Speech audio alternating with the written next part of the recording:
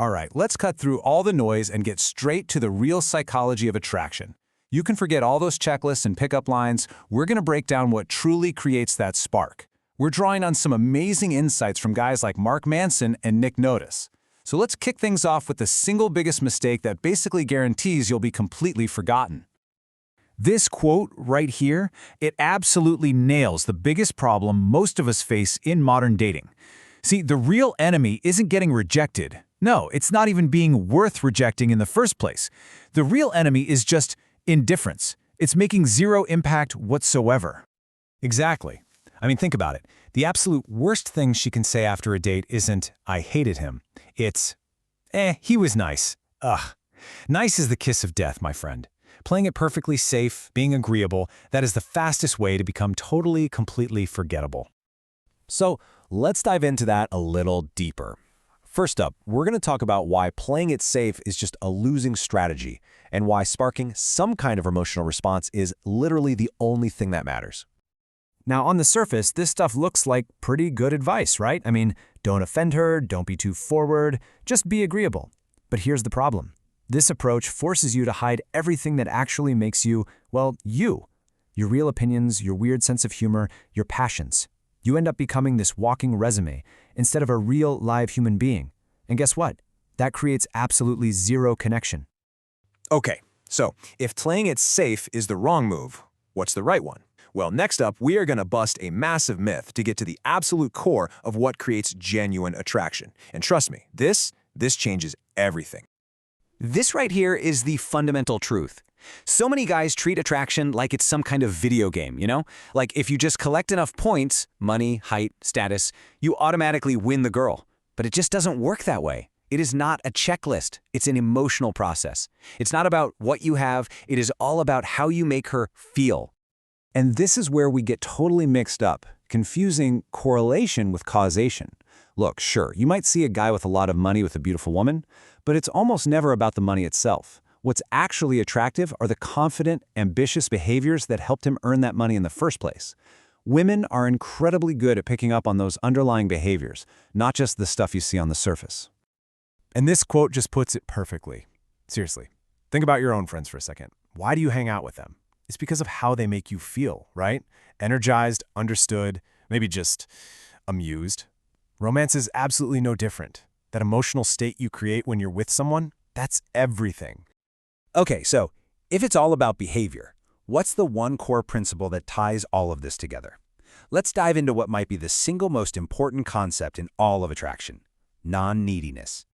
And Mark Manson has this perfect definition for it. Neediness isn't just, wanting a relationship. It's when you value what other people think of you more than what you think of yourself. You're essentially changing who you are just to get their approval. You're looking for them to validate you because deep down, you don't believe it yourself. So let's look at some classic examples of this in action.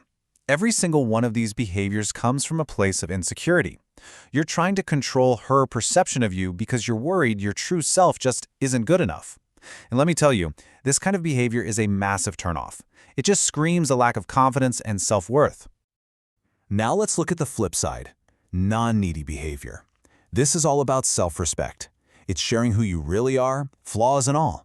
It's having your own life, your own purpose, and inviting her to be a part of it, not making her the entire center of it. When you invest in yourself, for yourself, attraction just becomes this natural side effect. And that is the entire mindset shift right there. A non-needy man operates from his own values, his own center, his actions, his beliefs, his words. They're all consistent. It doesn't matter if he's with a beautiful woman, his best friend, or all by himself. His sense of self-worth comes from the inside. It's not something he needs other people to give him. Okay, so understanding the principle is one thing, but how do we actually do this? How do we apply it in the real world? Let's translate this big idea into some specific, concrete actions you can actually take. Because here's the thing. You can't just think your way into being non-needy. It's something that has to be demonstrated through your actions. Your confidence, your self-respect, it's all communicated through what you say and what you do from one moment to the next. So this gives us a really clear, actionable roadmap. Number one, show your authentic self. That means sharing your real opinions, even if they're different. It means using your actual quirky sense of humor. Number two, set your own boundaries. Don't just cancel your plans for her. It shows you have a life. And number 3, create a real emotional connection. Go deeper than just small talk. Don't just tell her what you do for a living, share why you do it. This is how you go from being nice to being memorable. All right, let's get to the final and honestly, maybe the most crucial piece of this entire puzzle. Because you can be cool, you can be confident, you can be completely non-needy, and you can still end up right in the friend zone if you miss this one key step. And this is the classic nice guy trap, right?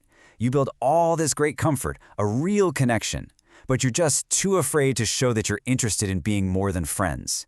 It is up to you to have that courage to be the one who shifts the dynamic from just friendly to romantic. And this quote is a total game changer. We're so often told that showing desire is creepy or weird, but that's just flat out wrong. When it comes from a place of genuine respectful interest, it is one of the most attractive things you can possibly do.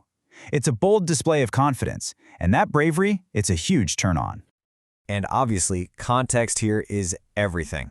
I mean, as you can see, there's a world of difference between a confident, respectful compliment and, disrespectful catcalling.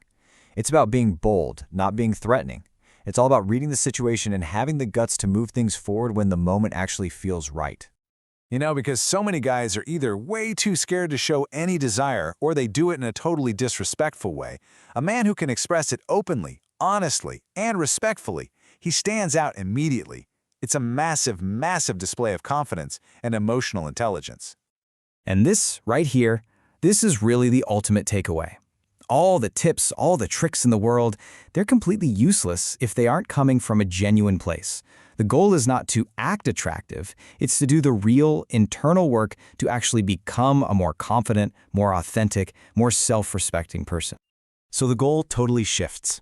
You got to stop focusing on getting the girl and start focusing on building a life that you are genuinely proud of. Develop your passions, find your purpose, get comfortable in your own skin.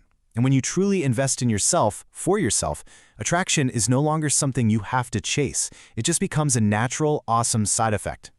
So I'll leave you with this to chew on. Forget about appearances for a minute. What is one small, authentic action you can take this week to invest in being more attractive, to build your own self-respect and live with just a little less neediness? Give that some thought. Thanks for joining me.